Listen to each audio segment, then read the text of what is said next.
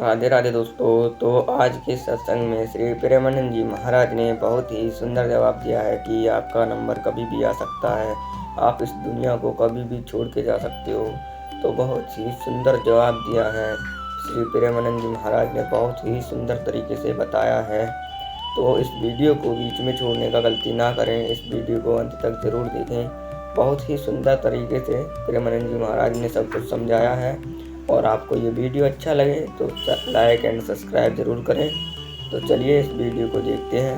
गुरु प्रदत्त इष्ट मंत्र, इष्ट नाम, इष्ट रूप, इष्ट धाम, इष्ट प्रेमी,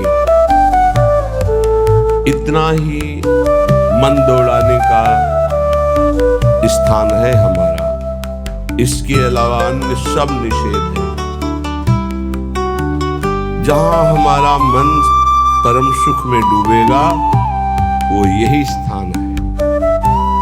गुरु प्रदत्त इसलिए कि उपासना सिद्ध तभी होती है जो सांगोपांग होती है। सांगोपांग कहते हैं गुरु प्रदत्त नाम, गुरु प्रदत्त मंत्र, गुरु प्रदत्त कंठ अर्थात इष्ट और गुरु प्रदत्त ग्रंथ अर्थात आचार्य वाणी। जाके यह सांगोपांग उपासना होए, वाको यह रस सिद्ध होए, वही इस रस का रसास्वादन कर सकता है। तो अहोभाग्य है उपासक को जिसको गुरु प्रदत्त उपासना प्राप्त हुई है। ये बहुत बड़ी निधि है। अगर उपासक उपास्य देव का भरोसा हृदय में रख ले, फिर सारी जिम्मेवारी आराध्य देव उसकी ले लेते हैं। योगक्षेमम वहाम्यहम्, निश्चिंत हो जाता है उपासक। न लोक की चिंता, न परलोक की चिंता। बड़े से बड़े भय के अवसर पर भी हृदय में एक अद्भुत शीतलता, एक अद्भुत आनंद की उपस्थिति रहती है, क्योंकि आराध्य देव उसके हृदय में प्रकाशित हो गए हैं। जब तक कोई अन्य भरोसा, अन्य आश्रय है, तब तक उपास्य देव त्रिगुण माया का पर्दा लगाकर हृदय में ही छुपा छुपी का खेल खेलते रहते हैं। श्रीपाद प्रबोधानंद जी महाराज कह रहे हैं,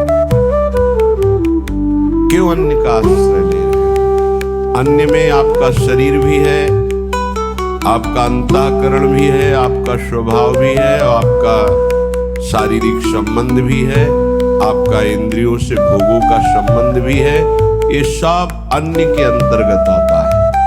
अनन्य में एक ही बात केवल होती है, आराध्य देव बस, कुछ और नहीं। मेरे तो गिरधर गोपाल, दूसरो न कोई। ये केवल अनन्यता का स्वरूप है।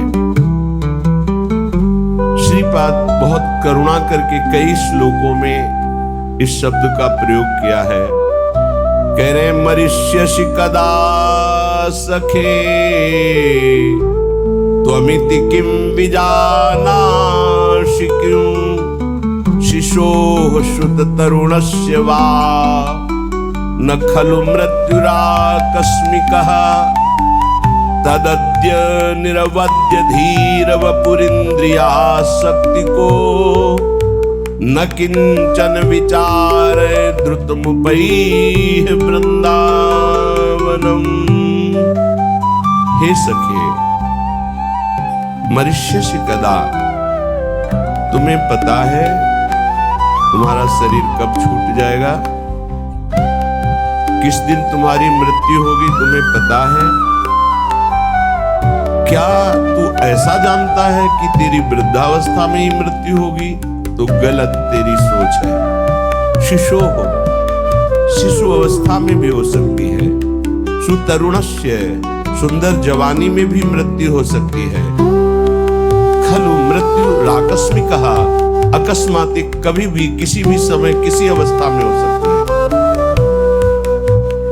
तदद्य निरवद्य धीर वपुरिन्द्रियासक्ति को। इसलिए मेरी बात मान लो।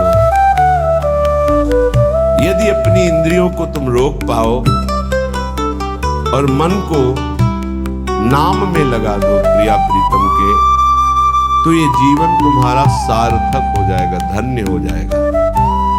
नहीं, अच्छे अच्छे मृत्यु का अवसर आने पर भयभीत हो जाते हैं। ध्यान रखिए, मृत्यु ऐसा भयावह नाम है जो सबके होश उड़ा देती है, पर जिनके होश श्री जी के चरणों में समर्पित है वो मृत्यु के होश उड़ा देते हैं। मृत्यु भय प्रदान करती है, वो ऐसी अभय अवस्था में होते हैं कि मृत्यु भी कुछ नहीं बिगाड़ सकती। जब ध्रुव जी परम पद में आरूढ़ होने के लिए चरण बढ़ाए भगवान का दिव्य विमान पार्षद, तो काल प्रकट हुआ और बोले इस लोक की मर्यादा है, मैं स्पर्श करता हूं तभी कोई आगे जाता है।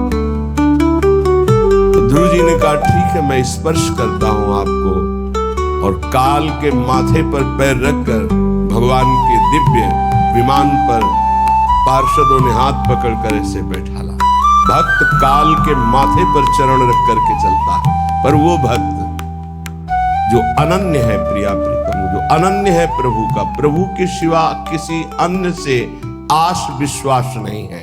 बहुत तो दोस्तों देख ही सकते हो कितनी अच्छी तरह से प्रेमानंद जी महाराज ने हमको समझाया है कि हम इस दुनिया को कभी भी छोड़ के जा सकते हैं। तो आप सभी को ये वीडियो अच्छा लगा हो तो लाइक एंड सब्सक्राइब करें और चैनल को सब्सक्राइब करके बेल आइकन को ऑल पे सेट कर लें। तो धन्यवाद।